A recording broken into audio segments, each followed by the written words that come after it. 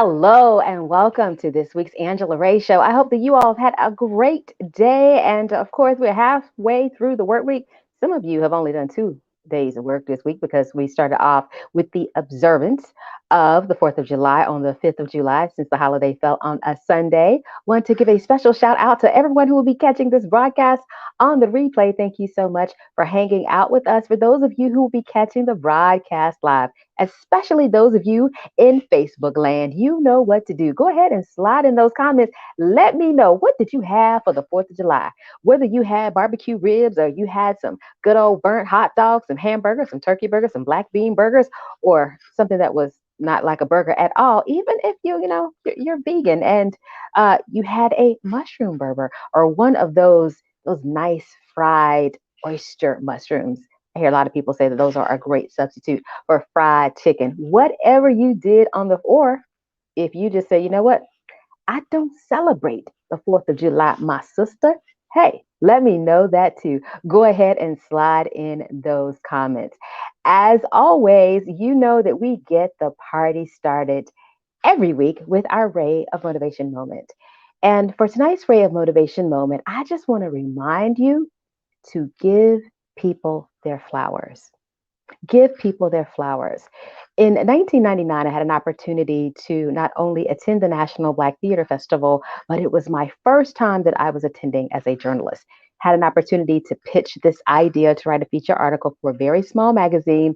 They liked it. I went, covered the story. And so I went to see several plays, sat in on the press conferences, took notes. But after one show, as a matter of fact, during intermission of a show, I saw an actress that I really admired who was just standing during the intermission kind of by herself. So I walked up and I introduced myself, told her I was writing this article, wanted to know if I could interview her. She said yes, and that we could connect after the show. So we went back in for Act 2. And after the show, she was waiting around, had a good memory because I was talking to someone else. And she walked up to me and said, Angela, are you ready to go back to the hotel so we can do the interview? And this person's eyes got really big, like, how do you know her? But this actress just had an opportunity to meet me earlier and remembered my name. So we headed back to the host hotel, and she told me she didn't have very long for the interview because she was meeting someone for dinner. So I pulled up my tape recorder. I started asking her a few questions. I'm going to be honest, that was like, I don't know, several years ago. I don't remember what I asked, but what I remember is after a while, she ordered her dinner. She began to eat, and I realized that she had been stood up. So I put the tape recorder away and said, I'm also an actress, and I would love to ask you some questions. And she was there, I was there, and we probably had a conversation for over an hour. One of the things that she encouraged me to do in her learning more about me was to use everything that I had to get me in front of people. I mentioned that I wrote poetry and that I did spoken word. And she specifically said to me, Angela, you're a poet. You've got to use that. And I remember going home thinking, okay. And so a couple of years later, I self published a book of poetry, and it's called Blackberry Whispers. And in this book, when I did my acknowledgments, I made sure to shout her out because it was that conversation at the National Black Theater Festival that really pushed me to go ahead and do something with my poetry besides letting it sit in a notebook under my bed. That actress was Suzanne Douglas. Yesterday, she passed away. And while I wrote and acknowledged her, in the front of my book, I had no idea if she would ever see it because it was self-published. But fast forward to 2004, and I was attending my sorority's national convention in Las Vegas. And who would be at that convention becoming an honorary member? Suzanne Douglas. And I knew I had to let her know what an impact that conversation had on us. And I don't know why or how, but I just happened to have one of my books in my Delta bag. And I waited and waited and waited until I saw her come out that door. And I was able to tell her thank you and hand her a copy of my book. May you rest in peace, my dear soror. And that is today's Ray of Motivation moment. Give people their flowers. while they can still enjoy them. All right, just in case that was a little bit heavy for you, I got somebody coming on tonight as my guest who's going to bring the energy and the funny. He is an actor. He is a comedian. You may have seen him on shows like Survivor's Remorse, which I absolutely hate, was canceled when it did. I was looking forward to seeing what was going to be coming on during the next season. You've seen him on many comedy shows throughout the Atlanta area. You know, he and another member of a 1911 fraternity make their rounds all around the South, doing what they do on comedy stages from state to state. Please help me welcome John Sally. Oops, I'm sorry. I thought it was John. Wow, I'm sorry. I thought it was John. I thought it was John. Rod Minger. Rod, what's going on, Rod? wow. You weren't ready for that, were you? I was not ready for that. I'm like, wow, you're gonna start off disrespectful. I see it. Okay. You're gonna ruin my name in the beginning of my intro. I'm hurt. Oh my goodness. I was looking at your photo the other day and I did a double take. I was like, he looks like John Sally. You know, he might want to go ahead and start trying to write the life of John Sally. That could be your breakout role. I'm just saying. I know that I'm not the first person to tell you that. I know I'm not. I would have to grow about 6 inches. So actually about 8 inches now that I think about it. So it would be hard for me to play that role unless everybody else was shorter. It's called platform sneakers. Platform sneakers. That's all it is. Yeah. I mean, Platform I'm sneakers. sure somewhere in the story they want me to play a little bit of basketball. Right, right. I'll do that You with trying to say platform. you don't have no skills? No skills? Yeah, skills, but I mean, I can't play in platform sneakers. You know, that's where they bring in the double. So they bring in your double who will be, you know, doing the playing up and down the court. But when the Okay, close up time for you, you know, we'll, you do we'll, your we'll try that. Well, you DM him after this show and tell okay. him an idea that you need to run by him. If he accepts it from you, Angela, then I'm a rock with it. But you got Okay. to talk to him first. All right. So you have been busy over the past 3, 4 years, maybe right before the Rona, a little bit before, a few months before the Rona. You came back from hosting and emceeing on a cruise. And I was like, ooh, look at God. Got him off that boat before it was too late. So tell me about the life of working on a cruise. It was cool, man. It was a really good time. I was out there for about 3 years, and basically it was a lot of hard work, but a lot of fun at the same time. So I don't want people to think it was just like all like I just was slaving all the time. Because if I tell you these numbers, it's gonna blow your mind. Okay, so Okay. if I had a contract that was 5 months, Mm-hmm. I had no off days. So I had a show every single night. So if it was a 5 month contract, so you just do 5 times 30, that's how many shows I had every single night. There was no Okay. off days unless you were hurt, sick, or something was bruised or sprung. So it was a lot of work, but there was a lot of space in between. I really didn't go to work till about 4 o'clock in the afternoon, but I didn't get off till about maybe 1 o'clock in the morning. But I had like breaks in between. But it was a lot of work, man. But like it was cool though, because like every country or every port that we went to, I got to get off and hang out till about 4. So I went all the way around the United States, literally all the way around, from all the way to Canada, all the way through Mexico, all the way back up California, all the way up to Alaska. So I literally circled the whole United States while cruising with Disney Cruise Lines. And then, of course, that's where I met my beautiful fiance. So that was a plus. That made it a little easier. It was just fun, man. I had to entertain every single night. And it wasn't like how I entertain here at home. I'm going to just say it like that. I had to do it at a different level. How would you say, did it lack seasoning? What kind of how would you say the entertaining differed? Was it different? Well, majority of the clientele for Disney is white. So Okay. it was a different type of humor. And then Disney has lots of rules.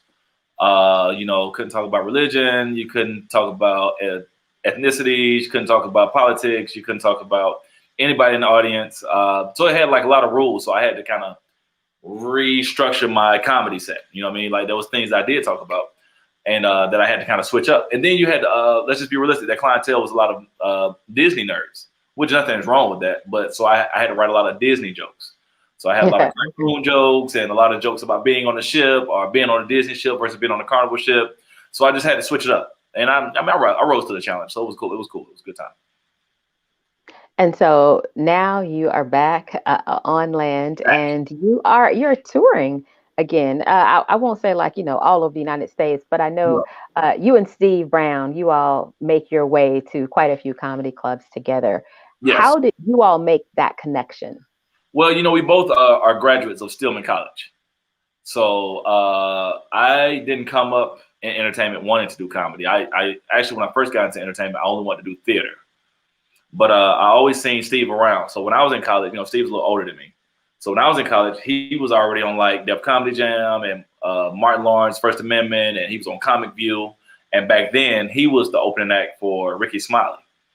So to me, as a college student, that was like a huge deal. So I was watching him with Ricky Smiley, and I was like, "Yo, this is crazy, right?" So I mean, I met him here and now, with him on the yard. But like I said, I didn't know him like that. And then a good buddy of mine by the name of Funny Man Johnson, he opened for Steve for like 7 years. So when I moved to Atlanta, pursuing film and television and theater, and whenever they would come here, they would go to Uptown Comedy Corner back when it was on Marietta Street, and I would always go. And they would be here like every year in the summertime, and I would always just go. And then finally, life had it where I kind of fell into comedy, and then Steve moved to Atlanta, and then I bumped into him at an open mic, and then he was like, "Yo, man, I'm going to Start On. You want to do a guest spot?" I was like, "Yeah, sure." And I could tell when he asked me to do this guest spot, he didn't think like I was good enough to do like a feature spot, because he had never seen me. So I go do the guest spot Thursday, Friday, Saturday, Sunday. The feature gets hurt, gets sick, goes home early. And Steve was like, "Hey, man, how much time you think you can do?" I said, "I don't know. I probably can do 20 minutes. Because, as a guest spot, I was only getting 5 minutes. And I said, "Yeah, I probably can do about 20 minutes. And I remember him just busting out laughing. He just laughed. Ha, ha, ha. Yeah, right. Laughing with the other comedians. It was like a comedian's joke. And then he's like, "All right, man, well, I'm going to let you go until you start bombing." That's literally what he said. So I go out there and I did 27 minutes. And I didn't bomb. I had a great set. And I came off stage. He said, "Hey, man, you got a good set. You way ahead of your time." He said, "We definitely gonna do some work," and we've been together ever since. And that was 2016. Okay. And that's how it happened. That's how it happened. So you moved to Atlanta to pursue entertainment, but not necessarily comedy. Is that correct? No. I wanted to do theater. I love theater. I did a couple of plays in college. I love creating content, and I love acting. So that's why I came here kind of pursuing that. And then I kind of got into comedy because I did this play while I was the comedic relief, and I always put it to this equivalent. It's kind of like how Mr. Brown was in the Medea plays. That's how I was. That's how I was in this particular play, and it just smashed. And then this play toured for like 2 years, but it was some big heavy hitters in this play. It was Dorsey Levens from the Green Bay Packers, Rashawn Ali, who was on 107.9 back then, Ryan Stewart from the Two Live Stools and First Take, Karan Joseph Riley, and Arthur Michelle. So it was like some big time people in this play. And then there was me who just got to Atlanta. So I was just having a good time being around them. And I was humbled because everybody was coming to see them. They didn't know me because I had just got here, but I was the comedic relief. So they wouldn't know me when I came on stage. It was funny because I would be backstage watching them go out and the crowd would just start clapping. And then I would come out and they didn't know me. So nobody was clapping like that. But then by the end of the play, they would give me a standing ovation by the time I came off curtain call. And so that was like my first dip into entertainment. And then when people see me do that play, they're like, "Yo, man, you should be a comedian." I'm like, nah. Then people start actually calling me, trying to book me. And that's when I was like, "Oh, snap. Maybe I need to take this a little more serious and try to get into it." So I started writing jokes and I started going to open mics. And the first open mic I go to, I did really well. And the promoter tells me like, "Hey, man, I'm glad you did good tonight because I'm about to open a new club. And I was looking for a host and I think you'd be perfect for it." So I got to host that club for 4 months, and that's how I started my comedy career. Wow. So things just kind of almost fell in your lap, it seems. Yeah. Not that you didn't have talent, but the opportunities kind of fell in your lap. Man, your talents make room for you, and I feel like God has kind of put me in some positions where things just kind of, the steps were ordered already. One of the craziest stories in my career is I never applied to go to Disney Cruise Lines, ever. I never applied. I didn't know anything about it. I never sent them my resume. I never sent them a headshot. I never wrote anybody. And out of the blue, they sent me an email that asked me, like, "How would you like to be a club host for Disney Cruise Lines?" And I was like, "What is a club host?" And then the lady was like, "Hey, can I Skype you?" I was like, "Sure." And she Skyped me, and I thought it was somebody trying to scam me. And she called me. She had the Disney logo in the background. It's a lady by the name of Megan Dean. I always give her credit because she thought I was joking. So I remember when we got on Skype, just like me and you are right now. Well, this isn't Skype, but you know what I mean, video. And she was like, "So, Rod," she had these papers. She's like, "So, Rod, what made you interested in our company?" I said, "I don't know, Megan. If you remember what I said in the email, I was serious. I don't know what you're talking about." And she was like, but I have your resume right here. I got your headshot. I was like, really? I was like, I never have applied for this position, but she's like, well, would you be interested in me telling you about it? I was like, yeah, sure. And then she told me about it, and we laughed for about 5 to 10 minutes. And then she's like, can I give my manager your number? I'm like, yeah. The manager calls me 2 days later on video. We laughed for about 5 minutes. It wasn't even an interview. He had a Tennessee Volunteer poster behind him. I said, oh, you're an SEC guy? He's like, yeah, man, I'm a big Vols fan. You know about the SEC? I'm like, yeah, I'm a big Alabama fan. He's like, oh, man, you're going to be great for this job. He said, can we fly you to Orlando? I'm like, yeah, as long as you paying. They flew me first class to Orlando. I went on the ship audition. Took me about 7 to 10 minutes. And that was my job for the next 3 years. And you don't know who sent in your resume? To this day, I have no idea how they got my resume or my headshots. That's crazy. It is insane. It's kind of crazy. Yeah. Oh, wow. Okay. So you've done theater. You've done stand-up. You've killed it on a cruise ship. Yes. But you've also done some film and television. I have. Talk about that journey. Well, that was always my dream. My first time getting booked to be on national television was with it was an NBA TV commercial. So I did a commercial. It was when LeBron first went to the Miami Heat. So I booked the commercial while I sat in the crowd in one of those Xfinity commercials. It was a red couch, and I was cheering and talking crap at a basketball game, which is hilarious because I was actually at a Memphis Grizzly Dallas Maverick game in Memphis. But they dressed me like a Miami Heat fan. And then that year, the Miami Heat made it to the finals, and my commercial ran all the way through the finals. And then, you know, Miami Heat went to the finals like 4 years straight. Was it 3 years straight or 4 years? It was 3 years straight. And wait a minute, they lost to Dallas, beat Thunder, beat San Antonio. They went 4 years straight. So my commercial ran for 4 years straight. So every year during the finals, I had a commercial that was coming on. So that was my first role. My second role, I booked BET's The Game.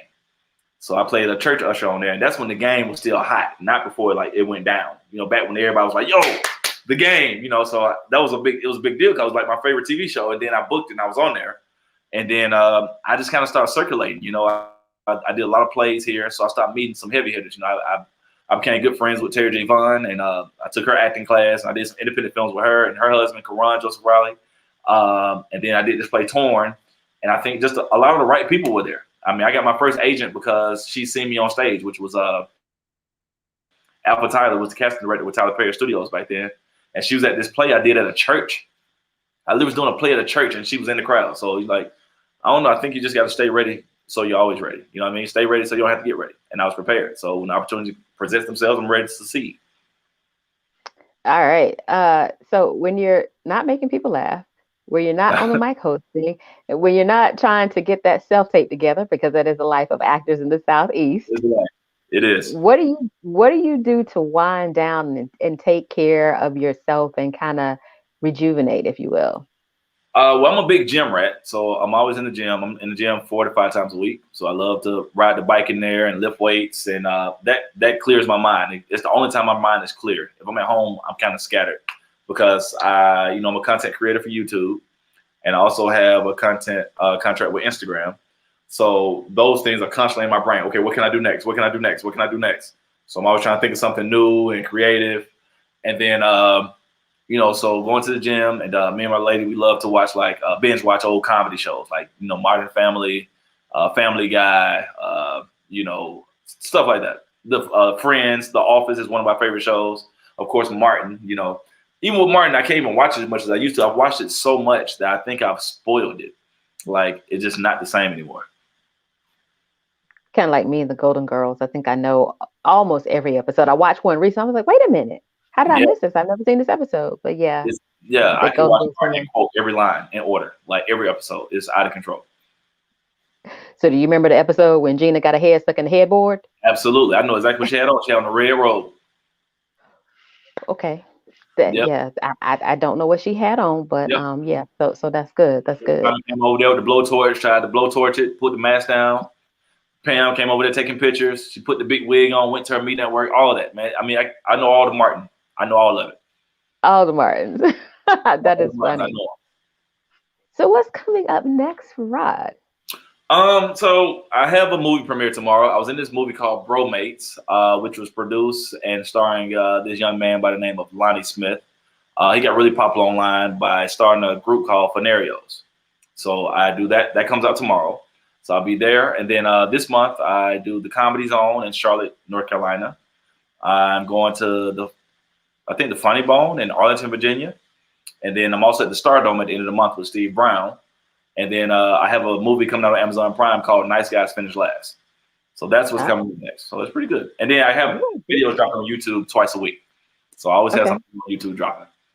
Always, always, Oh, always. Well, that is good. Now, you mentioned still in college, and well, I don't know if it was while you were there, but at some point, you became a member of Kappa Alpha Psi yes. Fraternity Incorporated. Hit me with that shimmy real quick. Oh, So nah, yeah, that's a long time ago. Spring 2003, March 14th. Still remember that that. was not that long ago. It really wasn't 2003 that. was a long time ago. Okay. So talk about That's a college student. talk about life as a member of a fraternity, specifically having those lifelong bonds. Uh, you know, it's uh it's different, man. I think everybody's story is different. My story was more so, I'm an only child, so I go to college, and I went to college Greek illiterate. I wasn't one of those people that was at the interest me like, yeah, I want to do it because it's in my heart, it's in my soul, I love it. You know what I mean? I kind of was like, yeah, I'm going to do a fraternity, but I just don't know which one. And then I got cool with this guy by the name of Ladarius Barnes, and he was telling me about it. And then I was asking him like, are the rumors true? Like, is the hazing like a real thing? And he was like, yeah. And I was like, that's the realest thing he had ever said. I was like, everybody was trying to code it. Nah, man, we just a learning organization and this, that. He's like, nah, man, everything you heard is true. I was like, okay, cool. And he's like, man, he said, you got a good chance. He said, I want you to meet some of the bros, man, because band members have a bad reputation of dropping. And I mean, there was like 7 guys that were senior to me in college that was walking around the band like big tough guys, and they had dropped the Kappa line. So I'm like, Oh, how are y'all in band being these big tough guys and hazing the freshmen, and then y'all go pledge fraternities and y'all drop? That don't make any sense. He like, yeah, so it might be hard to get in because band members have a bad reputation of dropping. So one day he's like, yeah, the bros want to meet you, man. And some of the other band guys that's trying to get me out. And I'm like, cool. He's like, yeah, but y'all wear t-shirts and jeans and bring some pizza and some Pepsi. And I was like, oh, bet. That's cool. The bros want to bring them food and drinks to meet, and they want to dress like. That's kind of funny. And we got there, the hazing started. And I was like, oh, it starts this soon. Okay, cool. And then I knew then, I'm like, okay, I'm going to choose this one. And then we're going to rock with that and go from there. And then, some of those guys I stayed cool with until this day. Some of the guys I've never seen again. So like I said, everybody's story is different. I see some people where they're really tight with everybody they met while they were on the line. And my line was weird because everybody was seniors. Except for me, it was 11 of us. And only 3 of us weren't seniors. So as soon as we crossed in spring, majority of my line graduated and went off to be grown men. And meanwhile, I was a sophomore, and the other 2 were sophomores. And then of the 3 that were left, 1 transferred, and 1 took 2 semesters off. So basically, when I came back, none of my line was there. It was crazy. So I say everybody's story is different. yeah, definitely, Yeah, definitely. And of course, many people had a very different experience with the virtual processes during the pandemic. Hey, Rita Pardo. Rita Pardo has been a guest on the show. Very funny lady, but she's also an entrepreneur, has an all natural line of products for the skin, the hair, the house, all of it. She told me to let you know that she is the biggest Martin fan and she knows all the shows too. I'd love to have y'all battle. That would be hilarious because Rita is funny. I'd win She's that not a battle. comedian, but it might be a closet comedian somewhere in her too. Like she just, I'd win that battle. She don't want to do a Martin trivia uh competition. oh, uh oh. That might be a Angela Ray All Star show sometime Mhm. down the future. Don't sound like fighting words. It sounds like a challenge to Don't try me me. like that, my Definitely, Martin. I know my Martin. that is hilarious. So, you're working in entertainment. You Yes, ma'am. mentioned fiance, so you're going to be getting married soon. Yeah, Congratulations. April 4th. April, did you say April 4th? Mm-hmm. Okay, all right. Okay.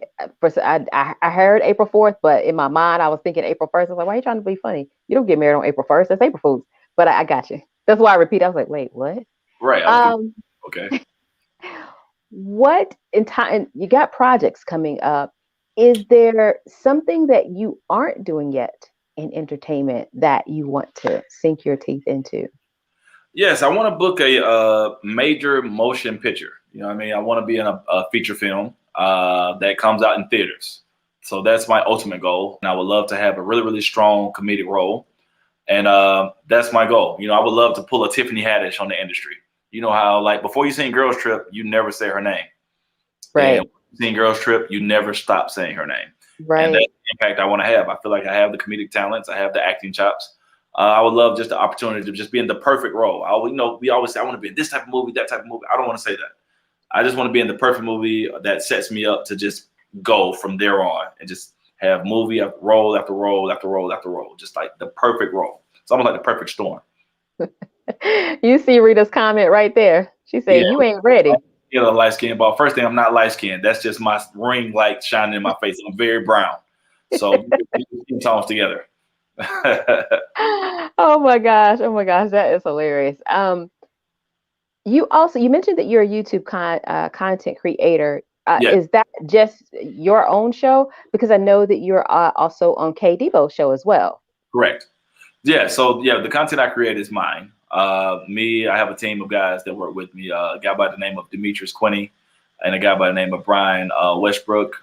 So we get together probably like twice a week and create topics, and we go shoot them. And we have a film house down in Union City, and we get there. We get a group to come there, and we try to shoot 4 or 5 videos in a day, and then we put them out sporadically. So yeah, that's my thing. And the KD Bo show just came back. You know, we were on hiatus for like a little while. We stopped the week before Easter. We took a little break. He had to rent out the studio to Gucci Man, actually. Gucci Man had a pilot that he shot in our studio. So he rented it out for a couple of months. And then once that ended, he brought us back. And now we back like we never left. So you are very, very busy with a diverse portfolio of talents in the entertainment industry.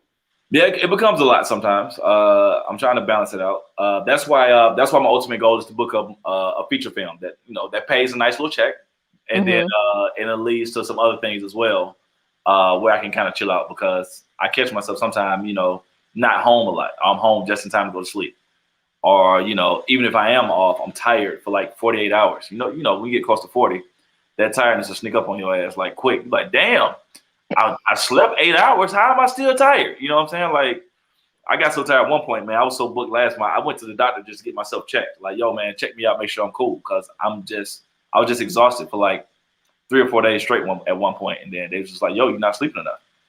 I was like, okay, so Mm. let me chill out so I can wind down. Because this thing is a content creator, your brain never stops. Even I'm sitting here with you and I'm thinking of skit ideas. My brain never stops. I got my tripod that never goes down.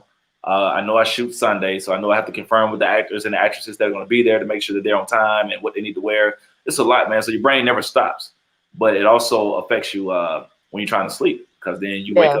you wake up, or you dream about what you want to do the next day. It's a lot. Wow. Yeah. That is amazing. Goodness. I'm like feeling tired just thinking about it. Like, what? What? Just keep going and going and I going. thank you for noticing, man, because I got one of those country blue collar families. They think I don't do anything all day.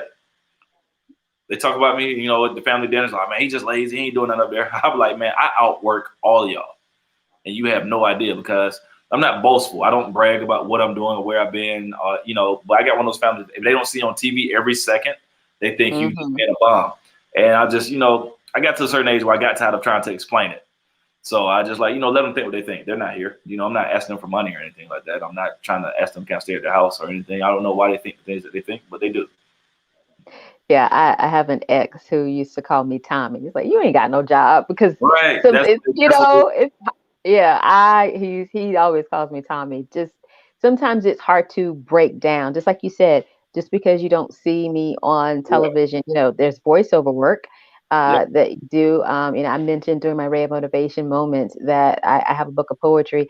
I don't perform as much spoken word as I used to, just Right. because I'm tired of that the coffee house scene, I don't Right. really enjoy that as much as I used to. But let me get up there and MC, and I can throw some poetry in there. If I'm doing a keynote and I can throw some poetry, that's more my speed these days. But even that, just like you said, I know I don't always post what I'm doing. Like there's Right. some actors, as soon as they book, you see that nice little booked it, on their Instagram and on their Facebook, and I don't always do that. So Yeah, everybody likes to do that, and it's cool, man. But I learned an important lesson with the book. Three things happened in my career that let me kind of stay cool even when I do book stuff. The first one was I booked the game. So when I booked the game, I was in 3 scenes. When it came on television, I was in 1. All right, I booked the episode of Being Mary Jane. Did a full scene, didn't even make the cut. I made the cutting room floor. And then the third thing, I booked a role in Ride Along with Kevin Hart and Ice Cube and Tiki Sumter. And I remember just posting my picture like, yo, man, God, it's so great, man. I just got this big role with Kevin Hart. And they cut the whole scene while I was on set. So I learned from that, don't say anything until you see it. right. Unless you created it and you know the spots and you know the edits. But I don't even when I was on Survivor's Remorse, people had to tell me I was on it. I didn't say anything. I didn't post anything. I just was chilling. And then it came on one Sunday. I was out and about. I wasn't even at home. And then my Facebook alerts and my Instagram alerts just started going crazy. Like, oh, man, shout out to my boy Rod Minger, man. He playing the doctor on Survivor. I mean, it was getting all the tags. So then I was running home to go watch it. And I was like, oh, snap. I had some of my homegirls. They were mad at me. They because, Survivor's Remorse came on right after Power. Mm-hmm. That's when everybody was watching Power. This is like season 3 of Power. This is when everybody was all in. And I remember them calling me like, what they had a Power watch party. So all of them were at this house having a girls' night, Power's watch party. And then on comes Survivor's Remorse. And I'm on within the first 5 minutes. And how you didn't tell us you was on Survivor's Remorse? I was like, hey, had to be sure. Right. So I tell actors, kind of relax. Yeah, I remember I did a feature, I don't know, 5, 6 years ago, and it did the festival circuit first. Right. And during the festival circuit, the press releases going out and all this, went to Yes. Sundance. My name was in all the press releases. So I was good. So I started publicizing, I'm in the movie because, they talking about me in the press releases in Sundance. Yeah, they cut that scene by the time they did the theatrical release. So even though it was making the festival circuits, that taught me as well, because you couldn't tell me that I wasn't in it. I'm like, they're putting out the press releases with my Right. name. And I posted it one day and somebody was like, I saw the movie, but I didn't see you, all up on my Facebook page. Yep. Okay. Yep. I learned to just wait. Just sit and wait. Yeah. You waiting all this time, keep waiting. All right, as we begin to wrap up, I just have a question for you. Is there a quote or a parting thought that you would like to leave with everybody tonight? Yes, it's one I live by all the time, especially people that have the kind of families that I have. The hardest goal in life to have is one nobody thinks you can achieve, but the best feeling in the world is to do it anyway. All right. Mm-hmm. Well, that's awesome. That is it. The back end of it reminded me of Just Do It in terms of Nike, but yeah, it's hard to see. It's hard to see. It's hard to get other people to see what you see. And then that's supposed to all the time. It's your vision.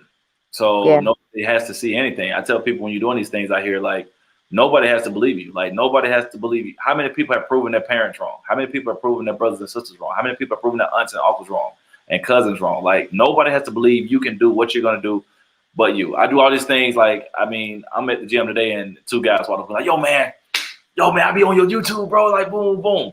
And I love those moments, not for fame, but my work is paying off.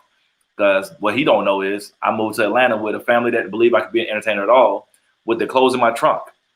I didn't know anybody up here. I didn't know where the networking was. I didn't know where the agencies were. I didn't know anything. I moved here with my clothes in my trunk. I didn't know a soul except for my one cousin, who I thought lived in Atlanta, but she actually lives in McDonough. So I was 45 minutes south of the city. And I moved here in 2007. So I didn't know nobody. And just think between 2007 and right now, you're talking about 20 plays later. You're talking about 7 television appearances later. You're talking about 8 television commercials later. You're talking about 127 YouTube videos later. You're talking about all those things later. And I came here with nobody believing I could do it. not my peers, not my family. And here I am, all these things later. A Disney cruise contract 3 years later. I've been an MC for SEC Nation. But I moved here with the clothes in my trunk. I didn't know what was next. And I didn't care. I just knew that I had this feeling. It was in my spirit for a reason. It was in my spirit for a purpose. It wasn't there for no reason. Nothing. You don't just wake up and all of a sudden like, yo, man, I'm going to go and, do this. It's in your spirit for a reason because God placed it there. So you got to believe in you. Nobody else has to. And let the church say amen. The doors of the church are open. Will there be one? No. Rod, thank you so much for hanging out, sharing a part of your journey. Rod's Instagram is scrolling at the bottom of the screen. So if you want to connect, make sure you let your fingers do the walking and go ahead and click that follow button on the gram or the Insta. As always, great to see you, and enjoy the rest of your evening.